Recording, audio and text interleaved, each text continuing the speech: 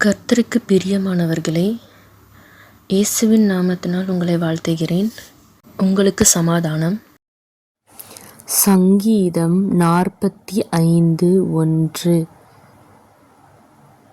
என் இருதயம் நல்ல விசேஷத்தினால் பொங்குகிறது. நான் ராஜாவை குறித்து பாடின கவியை சொல்லுகிறேன்.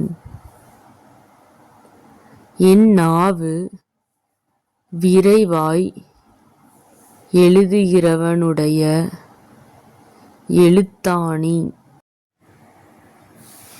2. எல்லா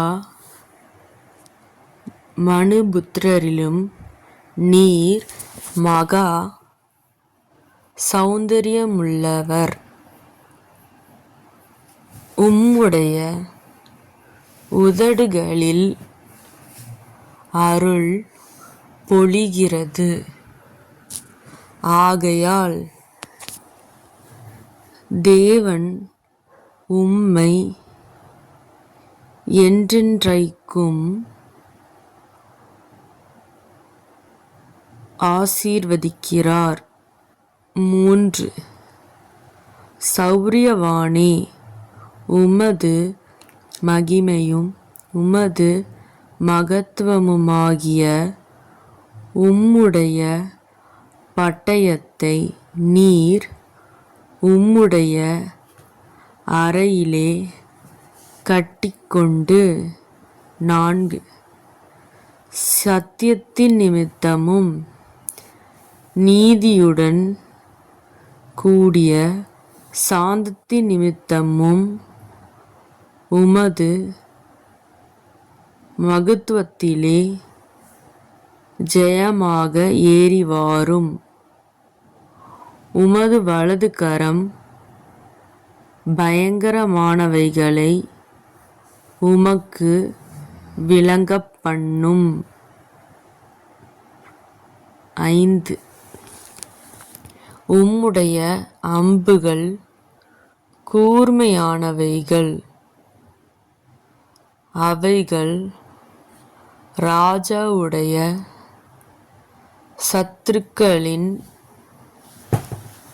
இருதயத்திற்குள் பாயும்.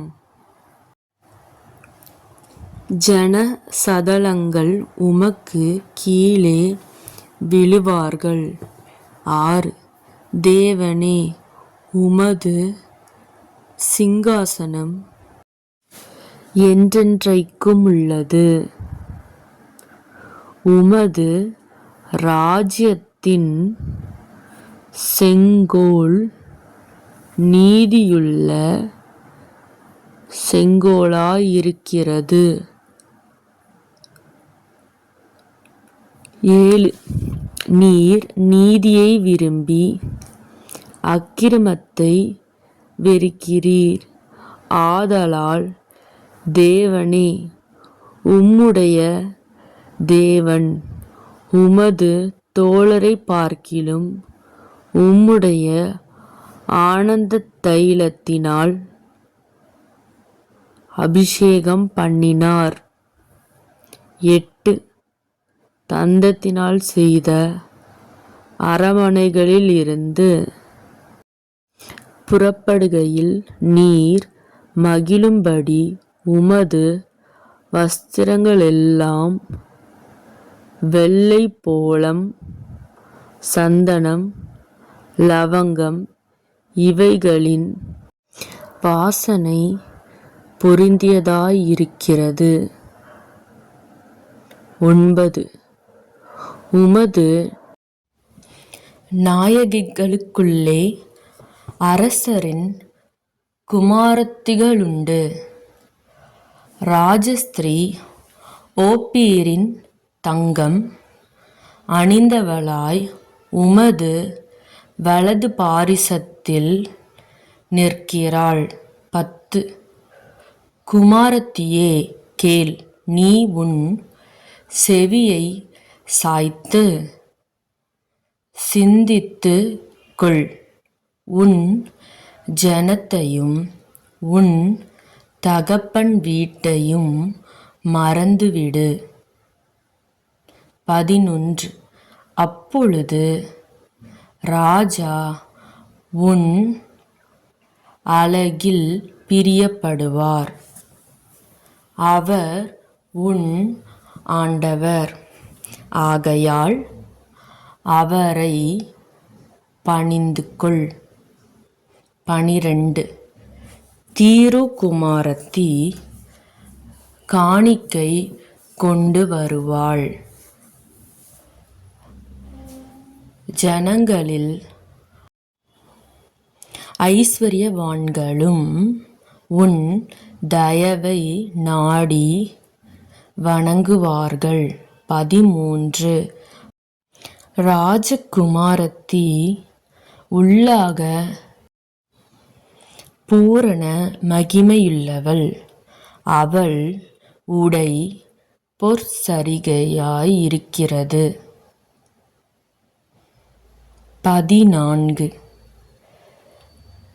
சித்திர தைலாடை தரித்தவளாய் ராஜாவினிடத்தில் அழைத்து கொண்டு வரப்படுவாள்.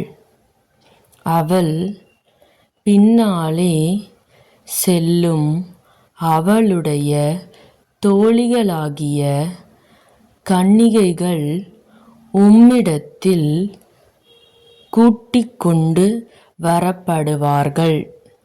15. அவர்கள் மகிழ்ச்சியோடும் களிப்போடும் வந்து ராஜ அரண்மனைக்குள் பிரவேசிப்பார்கள். 16. உமது பிதாக்களுக்கு பதிலாக உமது குமாரர் இருப்பார்கள். அவர்களை பூமியெங்கும் பிரபுக்களாக வைப்பீர். 17. உமது நாமத்தை எல்லா தலைமுறைகளிலும் பிரஸ்தாபப்படுத்துவேன். இது நிமித்தம் ஜனங்கள் உம்மை